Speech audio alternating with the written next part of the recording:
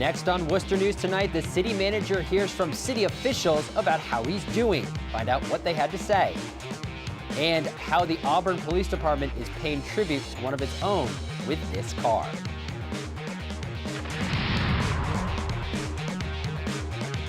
Good evening and thank you for joining us. I'm Andy Madison. We begin tonight in Worcester, where a lot of tonight's city council meeting was spent evaluating city manager Ed Augustus. Councilors talked about how the city is doing in terms of economic development and improving services throughout the city. Ed Augustus got a lot of positive comments from city councilors. Those we spoke with before the meeting started feel a lot of progress has been made in and around Worcester in the last year. Manager. Thank you. Thank you, Council Lukes. When I ran for office, I talked about needing more services and programs, and the city manager's done just that with the Recreation Worcester program. We're servicing hundreds and hundreds of kids this summer. Some things, different areas to look forward to and suggestions that I had. I also gave the manager kudos for some of the suggestions that I made last year during his evaluation that actually were accomplished this year. So overall, I'm pretty happy that of the job the city manager has done. The city manager did not receive all positive marks. Councilor Michael Gaffney says Augustus needs improvement. Augustus has been city manager for 2.5 years. This is his second evaluation. Researchers from WPI are in California this week. They are part of the nation's largest study on how buildings and new structures handle fires after earthquakes. Our Rosalind Flaherty has the details. A team of researchers from WPI is conducting burn tests to better understand the effects of post-earthquake fires on cold-formed steel frame buildings. What we're trying to do is make it so that construct a frame or a door so that it'll hold up in the earthquake so that the fire spread will still be minimal. The test, led by the University of California, San Diego, took place inside a 6-story building. The building has been exposed to a series of simulated earthquakes 2 weeks prior to this testing. Researchers found after the test there were crackings on the ceilings and floors. Some bowing actually in the first floor. If you look up, there's a bit of a dip where it's detached from the beam. So that's a big failure right there. They also found the fire door that had a 60-minute fire resistance rating burned up in about 11 minutes. Their next step is to see how to improve. The door didn't last an hour. How do we make the door last an hour? Because at the end of the day, ultimately what we're doing with these tests is we're trying to make it safer for occupants of the building and for people responding to this fire so that they can safely get in, do their job, and get out. Rosalind Flaherty, Worcester News Tonight.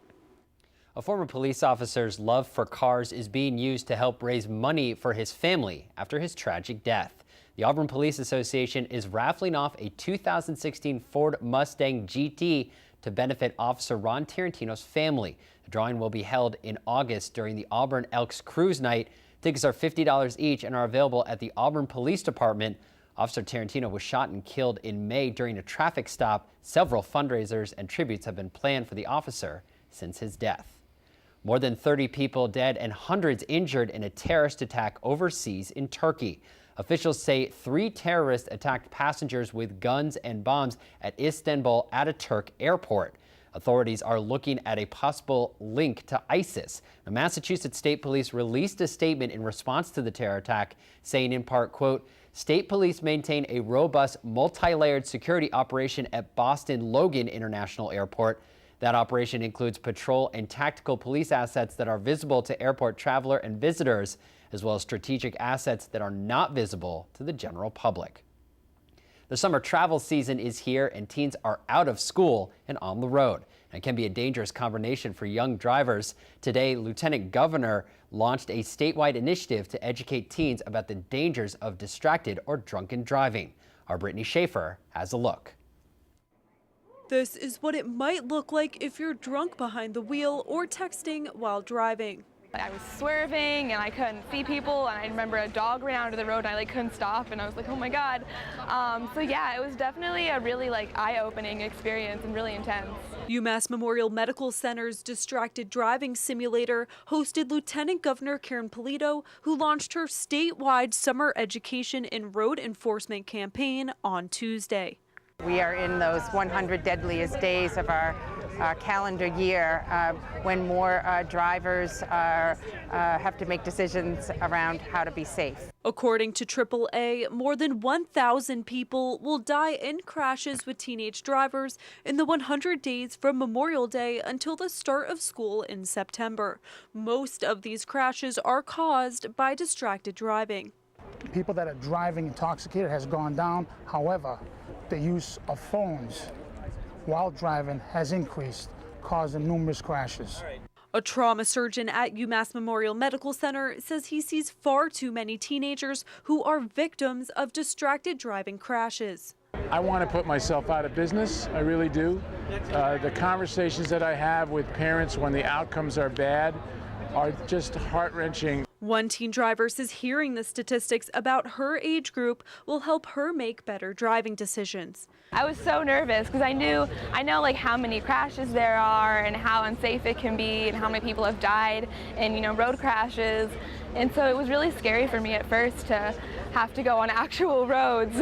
Brittany Schaefer, Worcester News Tonight. Police are asking for your help in solving a hit-and-run cold case in Wales that happened more than 4 years ago. Corey Kane of Southbridge was found dead on January 3rd, 2012. Investigators say he walked away from home around 1:30 that morning and was struck and killed by a vehicle on Route 19. Investigators have never been able to find any eyewitnesses, and there have been very few leads in the case. Members of Kane's family are hoping that anyone who was in the area at the time will come forward with information. A trial date has been set for a former Connecticut man charged with stealing human remains from 2 family mausoleums here in Worcester.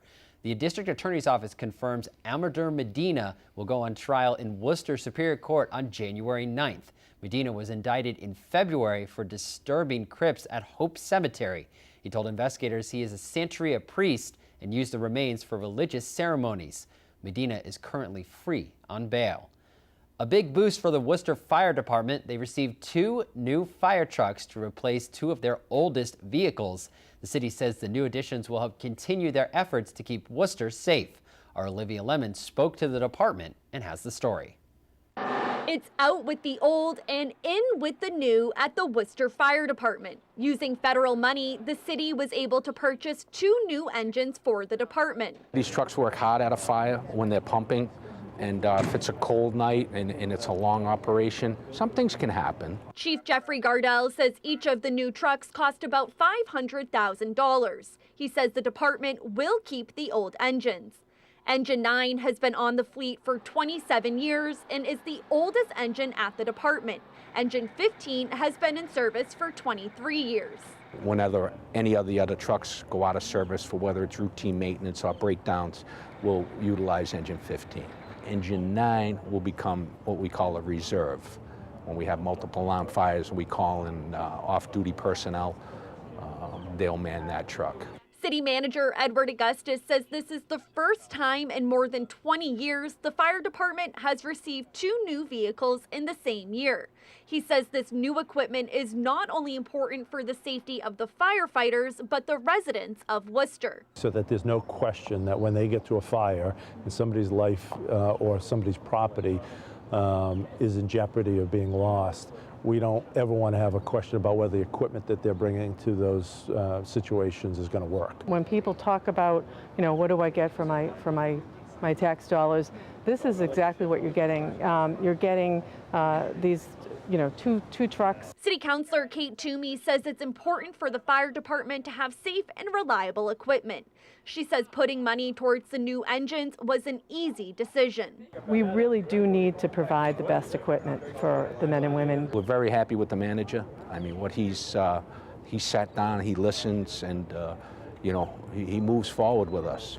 Olivia Lemon, Worcester News Tonight. Members of several fire departments from western and central Massachusetts were in Holland today following a brush fire that burned several acres of land. Firefighters from 12 different communities were able to contain the 7-acre fire yesterday, but returned to the scene today to put out what is left and monitor hotspots.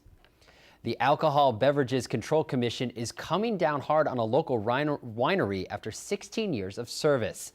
The ABCC told the owner of Nashoba Valley Winery he has to choose between his farmer's manufacturing license and his pouring license. On Monday, Governor Charlie Baker said he's prepared to support legislation or legal action to ensure Nashoba Valley Winery can continue their business.